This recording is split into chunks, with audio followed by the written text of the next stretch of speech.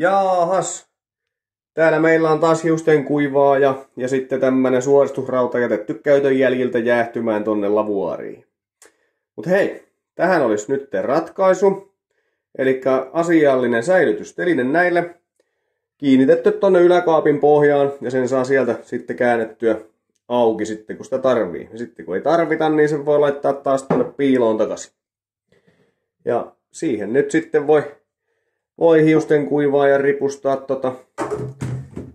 säilytykseen ja sitten tämmöisen suoristusraudan. Niin välillä olen nähnyt, että meilläkin on kahta erityyppistä suoristusrautaa, niin siinä on tehty paikka kahdelle suoristusraudalle ja sitten hiusten kuivaajalle. Hyvinkin yksinkertaista ja kätevää.